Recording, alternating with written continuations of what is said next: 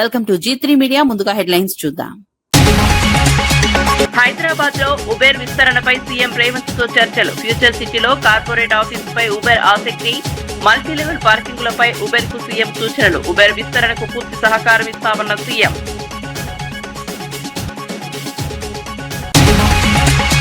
AP knowledge hub గా మారుస్తామన్న Chandrababu. AI deep టెక్నాలజీలో యువత ముందుండాలన్న చంద్రబాబు. హైదరాబాద్ లో ఏపీని టెక్నాలజీ హబ్ చేస్తామన్న సీఎం. నాలెడ్జ్ ఎకానమీకి బలమైన పునాది వేస్తామన్న బాబు.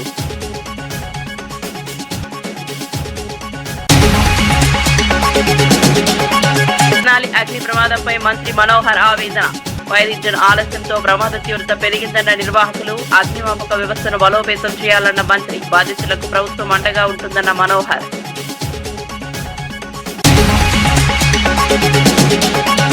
ఇచ్చిన మాట నిలబెట్టుకున్న పవన్ కళ్యాణ్. పెదపాడులో కొత్త పాఠశాల భవనం అందుబాటులోకి. అడవి తల్లి బాట హామీని అమలు చేసిన పవన్. విద్యార్థులకు మెరుగైన వసతులే లక్ష్యమన్న పవన్.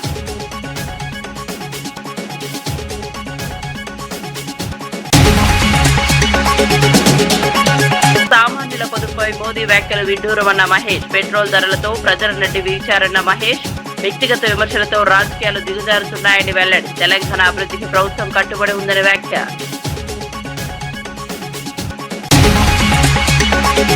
ఇక వార్త వివరాల్లోకి వెళ్తే, ముఖ్యమంత్రి రేవంత్ రెడ్డితో ఉబేర్ సంస్థ సీఈఓ దారా కోగ్రోషాహి జూబ్లీహిల్స్ నివాసంలో భేటీ అయ్యారు. సమావేశంలో Uber chief business officer Madhu Kannan, Uber India president Prabhjit Singh, chief technology officer Praveen నిప్పల్లినాగా పాల్గొన్నారు. హైదరాబాద్ లో ఉబేర్ సెంటర్ ఆఫ్ ఎక్సలెన్స్ ను మరింత విస్తరించినట్లు సీఈఓ తెలిపారు. అమెరికా వెలుపల ఏర్పాటు చేసిన తొలి సెంటర్ ఇదేనని, ప్రస్తుతం 600 మంది ఇంజనీర్లు పనిచేస్తున్నారని వివరించారు. ఫ్యూచర్ సిటీలో కార్పొరేట్ ఆఫీస్ నిర్మాణంపై కూడా ఆసక్తి చూపించారు. దేశంలోని ప్రధాన నగరాల్లో పార్కింగ్ సమస్యలను సీఎం ప్రస్తావిస్తూ మల్టీ లెవెల్ పార్కింగ్ సెంటర్ల ఏర్పాటు పరిశీలించాలని సూచించారు. ఈ అంశంపై సమగ్ర అధ్యయనం చేస్తామని ఉబేర్ ప్రతినిధులు తెలిపారు. వ్యాపార విస్తరణకు రాష్ట్ర ప్రభుత్వం పూర్తి సహకారం అందిస్తుందని సీఎం హామీ ఇచ్చారు.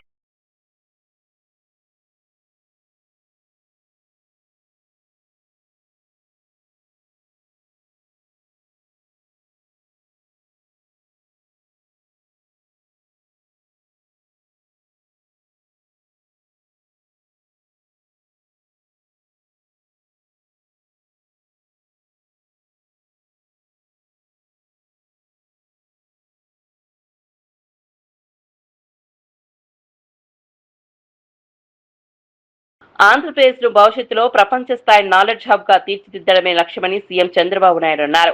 సమాజంలో మార్పు రావాలంటే విద్య, సాంకేతికత కీలకమని పేర్కొన్నారు.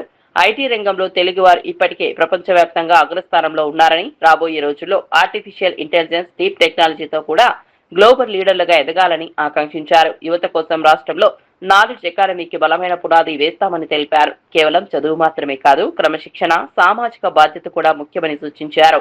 నాడు హైదరాబాద్ ను ఐటీ హబ్ గా అభివృద్ధి చేసినట్లే ఇప్పుడు ఏపీని కూడా అదే స్థాయికి తీసుకెళ్తామని చెప్పారు. సాంకేతిక పునర్నిర్మాణంలో యువత, ప్రజలంతా భాగస్వాములు కావాలని సీఎం పిలుపునిచ్చారు. అవార్డు కూడా ఇచ్చే పరిస్థితికి వచ్చారు. నేను మామూలుగా ఏ అవార్డు ఒప్పుకునేవాడిని కాదు, ఇది ఒప్పుకున్నా. దానికి కారణం ఏంటంటే, ఈ పేరు చెప్తే 10 మంది వచ్చి పెట్టుబడులు పెడతారు.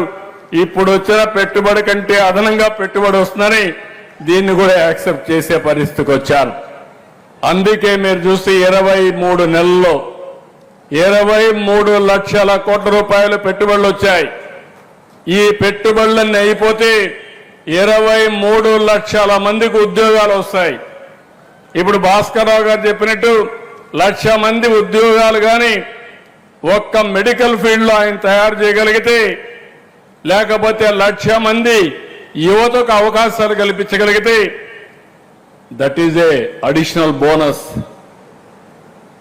నా ఉద్దేశం ప్రతి ఒక్కరికి ఎంప్లాయ్మెంట్ ఉండాలి. అదే మరి ఆర్థిక అసమానతలు తగ్గాలి. ఆర్థిక అసమానతలు తగ్గించడానికి P4 అనేది ఒక ఆయుధం. నేను ఏది కూడా ఒకసారి సంకల్పం చేసి దాన్ని జయప్రదం చేసే వరకు ముందుకు తీసుకెళ్తాం. ఈ ఆర్థిక అసమానతలు తగ్గించి అందరికీ మెరుగైన జీవన ప్రమాణాలు ఇవ్వగలిగితే అదే నిజమైన ప్రజాస్వామ్యం. అట్లా కాకుండా కొంతమంది కోటీశ్వరులు చాలా మంది నిరుపేదలుంటే అది సమాజానికి కూడా మంచిది కాదు. అందుకే భాస్కర్ రావు గారిని కోరుతున్నా, మీ హాస్పిటల్లో ఉండే వాళ్ళందరినీ సంపద సృష్టించే కాకుండా P4 కింద ఒక 5,000 10,000 కుటుంబాలు బయట వాళ్ళు అడాప్ట్ చేసుకుని ఆ 10,000 మందిని పైకి తీసుకురండి. అది నిజమైనటువంటి స్ఫూర్తి అవుతుంది. ఆ స్ఫూర్తిలో కూడా మీరు కూడా భాగస్వాములు కావాల్సిందిగా మనస్ఫూర్తిగా కోరుకుంటూ, ఇక్కడ రైతాంగానికి ఒక ఆఫర్ ఇచ్చారు. చాలా మంచి ఆఫర్ ఇది. రైతుల్ని శాశ్వతంగా గుర్తుండాలి, వీళ్ళ స్ఫూర్తిని మనం గుర్తుపెట్టుకోవాలి. ఇదే విధంగా అందరం కానీ వాళ్ళ స్ఫూర్తిని గుర్తుపెట్టుకుంటే మిగిలిన రైతులు కూడా ముందుకు వస్తారు. ఇంతవరకు ఎక్కడా ఈ ప్రయోగం సక్సెస్ కాలేదు. అమరావతి రైతాంగం చూపించిన స్ఫూర్తి ఒక భారతదేశానికే కాదు ప్రపంచానికి ఒక ఆదర్శం కావాలనేది నా ఆలోచన. నేను ఎప్పుడు కూడా మీరు గుర్తుపెట్టుకోవాల్సింది, భూమి అనేది ఒక సెంటిమెంట్. భూమి లేకపోతే అభివృద్ధి లేదు. హైదరాబాద్ని ఎయిర్పోర్ట్ కట్టాలనుకున్న ఆ రోజు 5,000 ఎకరాలు కావాలి. చాలా మంది ఎగతాళి చేశారు. 5,000 ఎకరాలు. బండి భగీరథపై నమోదైన కేసులో బీఆర్ఎస్ పార్టీ పూర్తిగా బాధితురాల పక్షాన నిలుస్తుందని మాజీ మంత్రి గంగుల కమలాకర్ స్పష్టం చేశారు. తమ పార్టీ నేతల ఒత్తిడి వల్ల కేసు నమోదైందని పేర్కొన్నారు. ఇది పూర్తిగా చట్టపరమైన శాంతి భద్రతలకు సంబంధించిన అంశమని, దీనిని కులాన్ని ఆపాదించవద్దని హితవు పలికారు. బాధితురాలికి న్యాయం జరిగేలా చర్యలు తీసుకోవాలని డిమాండ్ చేశారు. కేసును రాజకీయ రంగు పులమకుండా పారదర్శకంగా విచారణ జరపాలని కోరారు. చట్టం ముందు అందరూ సమానమేనని పేర్కొన్నారు. ఈ వ్యవహారంలో ఎవరిని కాపాడే ప్రయత్నం జరగకూడదని అన్నారు. బాధిత కుటుంబానికి పూర్తి మద్దతుగా నిలుస్తామని గంగుల కమలాకర్ వెల్లడించారు. బాధ్యత మీ మీద ఉంటుంది. సో ఈ కేసుకు పూర్తిగా సహకరించి నిన్న మీరు ఇచ్చిన స్టేట్మెంట్ కరీంనగర్లో నా కొడుకైనా పర్లేదు ఎవరైనా కానీ తప్పు చేసి శిక్షిస్తున్నారు, దాన్ని సాగసిస్తూ ఇప్పటికైనా చట్టానికి మీరు సహకరించమని కోరుతూ నిన్న కూడా ఒక వ్యాఖ్యలు చేశారు.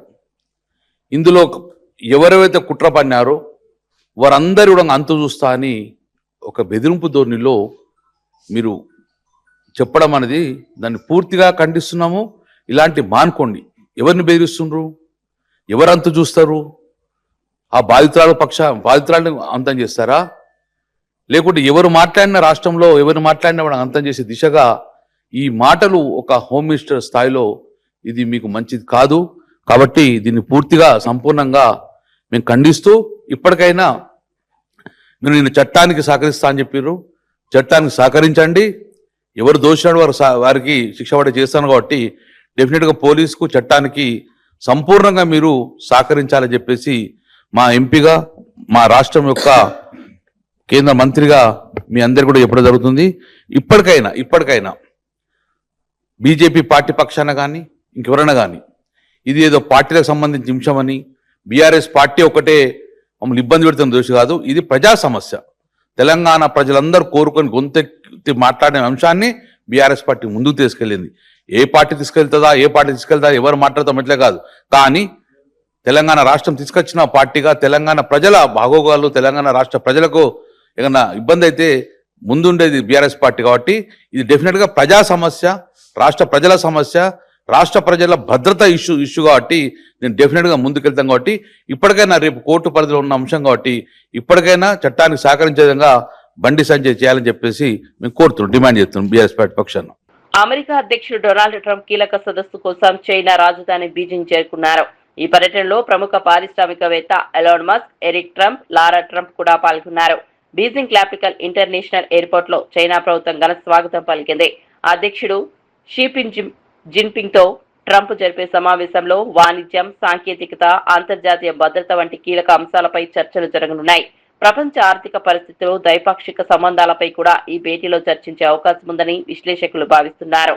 ట్రంప్ పర్యటనకు ప్రపంచవ్యాప్తంగా ప్రాధాన్యత ఏర్పడింది.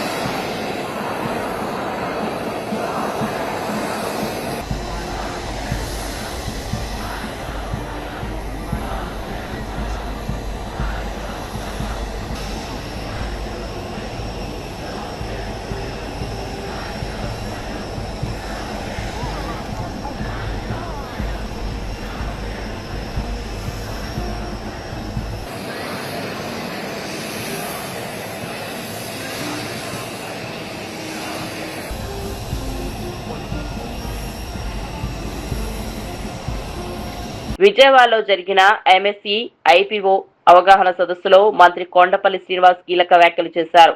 రాష్ట్రంలో 20 లక్షల ఉద్యోగాల కల్పన లక్ష్యంగా ప్రభుత్వం పనిచేస్తోందని తెలిపారు. ఎంఎస్ఎంఈ రంగాన్ని బలోపేతం చేసేందుకు ప్రత్యేక చర్యలు తీసుకుంటున్నామని పేర్కొన్నారు. రాష్ట్రంలో సొంతంగా స్టాక్ ఎక్స్చేంజ్ ఏర్పాటు చేసే ప్రతిపాదనలు సిద్ధమయ్యాయని వెల్లడించారు. దీని ద్వారా చిన్న పరిశ్రమలకు నిధుల సేకరణ సులభమవుతుందని చెప్పారు. పారిశ్రామికవేత్తలకు ప్రోత్సాహం అందించేందుకు కొత్త పథకాలు తీసుకొస్తామని తెలిపారు. మార్చి 25న మరిన్ని పథకాలు ప్రారంభం కానున్నాయని వెల్లడించారు. ఒక చైర్పర్సన్ గా వ్యవహరించి ఎప్పటికప్పుడు అటు ఎంఎస్ఎంఈని అలాగే అదర్ డిపార్ట్మెంట్స్ని గైడ్ చేస్తూ ఈరోజు ఇండస్ట్రీస్ని ఇక్కడ ఆంధ్రప్రదేశ్లో స్థాపించడానికి చాలా సింప్లిఫైడ్ మెకానిజంలో తీసుకున్నటువంటి గౌరవ మంత్రివర్యులు నారా లోకేష్ గారికి ప్రధానంగా ఈవెంట్ రావడానికి నేను వారికి ప్రత్యేకమైన ధన్యవాదాలు తెలియజేసుకుంటూ మరి అలాగే ఈ ఈవెంట్ని ఆంధ్రప్రదేశ్లో స్టాక్ ఎక్స్చేంజ్కి అంటే ఎస్ఎంఈ ఐపీఓస్ని ఎస్టాబ్లిష్ చేయాలి, ఒక అవేర్నెస్ ప్రోగ్రామ్ పెట్టాలి. సుదీర్ఘంగా ఒక 6 నెలల నుంచి నేను ఎప్పటికప్పుడు కృష్ణదేవరావు గారిని ఎప్పుడు ఢిల్లీ వెళ్ళినా కూడా ఆయన టీం నాకు ఎప్పుడు కూడా మాట్లాడుతున్నారు.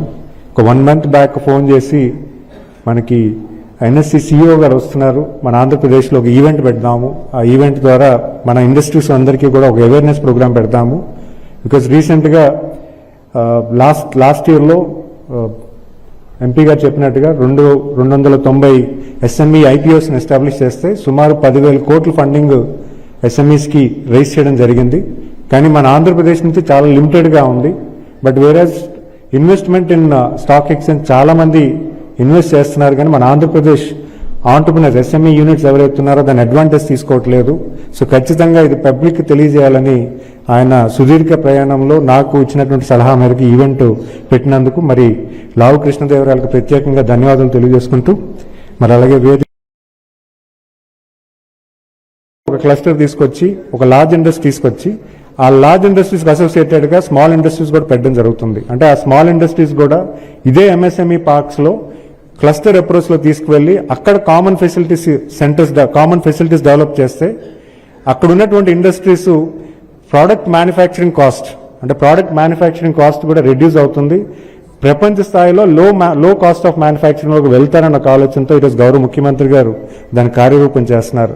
అంటే ఇదే హోలిస్టిక్ అప్రోచ్లో మన రాష్ట్రానికి ఎంఎస్ఎంఈ ఇండస్ట్రీని గ్రోత్ చేయాలంటే ఏం చేయాలన్న దాని మీద ప్రధానంగా ఒక 2 years కాల పరిమితుల్లో అనేక విషయాలు చేయడం జరిగింది. మీరు చూసుకుంటే పాలసీస్ కూడా సుమారు 24-25 పాలసీస్ సెక్టర్ ఓరియంటెడ్ పాలసీస్ కూడా ఇవ్వడం జరిగింది.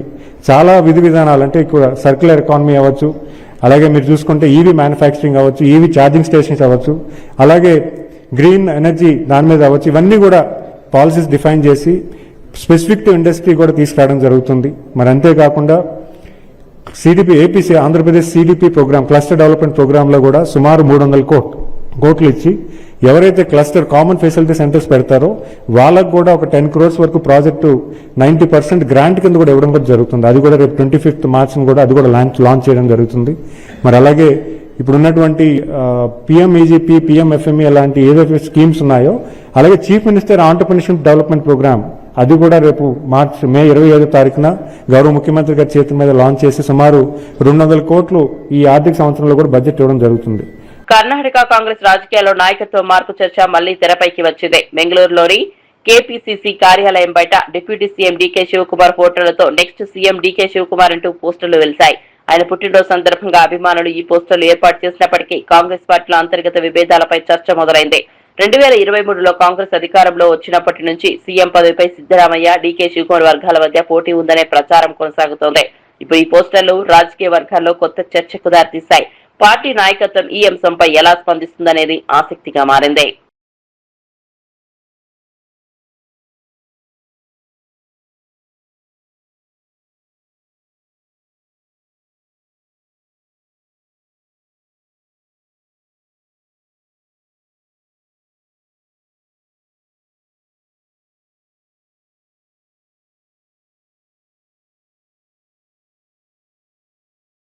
నల్గొండ జిల్లా మిర్యాలగూడలో ధాన్యం కొనుగోలు ప్రక్రియపై కలెక్టర్ చంద్రశేఖర్, ఎస్పీ శరత్ చంద్ర ఆకస్మిక తనిఖీలు నిర్వహించారు.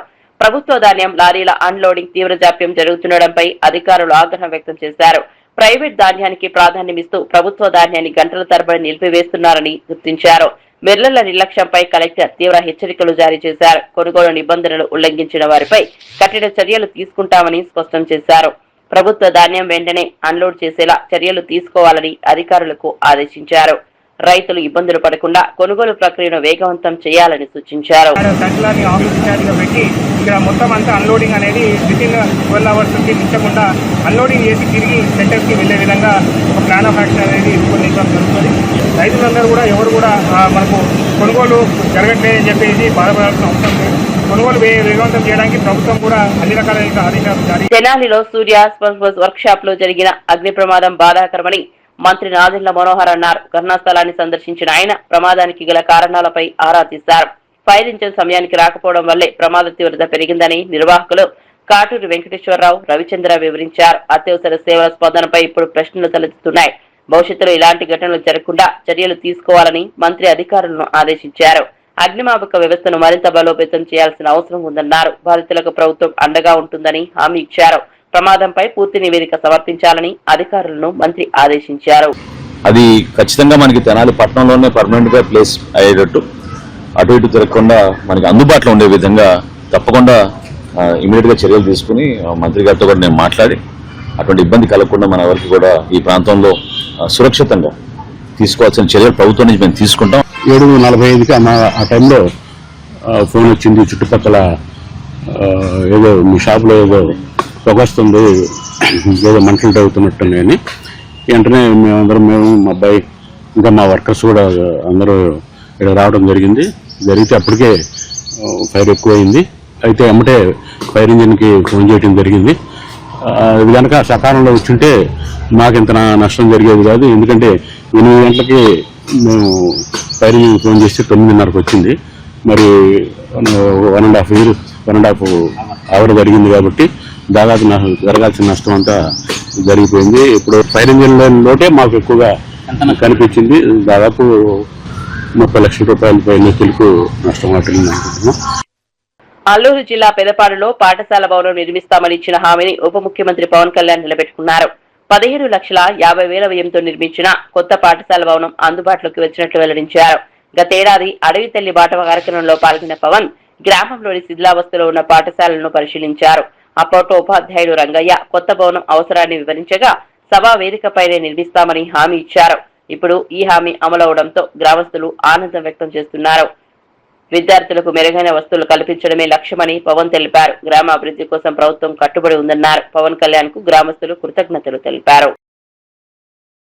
శ్రీమతి మ్యాగీ గారు కొన్ని గ్రామ సమస్యలను దృష్టికి తీసుకొచ్చారు. అలాగే ప్రైమరీ స్కూల్లో పెదపాడు టీచర్ రంగయ్య గారు ప్రత్యేకించి పిల్లలకి ఎలా పాఠాలు చెప్తారో చాలా అద్భుతంగా చేశారు. అలాగే వర్షాలు పడుతున్న సమయంలో మాకు స్కూల్కి నీళ్లు గారిపోతున్నారని వెంటనే అతి సమీపంలోనే అంటే వెంటనే 12 పనులు అడిగారు. 12 పనులని మంజూరు చేశాం. రొయ్యల ఫీడ్ ధరలను ఏకపక్షంగా పెంచడంపై మంత్రి అచ్చెన్నాయుడు ఆగ్రహం వ్యక్తం చేయడంతో ఫీడ్ తయారీ సంస్థలు వెనక్కు తగ్గాయి. పెంచిన ధరల అమలును తక్షణమే నిలిపివేస్తున్నట్లు అసోసియేషన్ ప్రకటించింది. రైతుల ప్రయోజనాలే ప్రభుత్వ మొదటి ప్రాధాన్యమని మంత్రి స్పష్టం చేశారు. ఈ నెల 15న రైతులు, అధికారులు ఫీడ్ సంస్థలతో ఉమ్మడి సమావేశం నిర్వహించి తుది నిర్ణయం తీసుకోనున్నట్లు తెలిపారు. ధరల పెంపుతో ఆక్వా రైతులు తీవ్ర ఇబ్బందులు ఎదుర్కొంటున్నారని పేర్కొన్నారు. రైతులపై అదనపు భారం పడకుండా ప్రభుత్వం చర్యలు తీసుకుంటోందన్నారు. ఫీడ్ కంపెనీలు కూడా రైతుల పరిస్థితిని అర్థం చేసుకోవాలని సూచించారు. రాష్ట్రంలో ఆక్వా రంగ అభివృద్ధికి ప్రభుత్వం కట్టుబడి ఉందని మంత్రి తెలిపారు.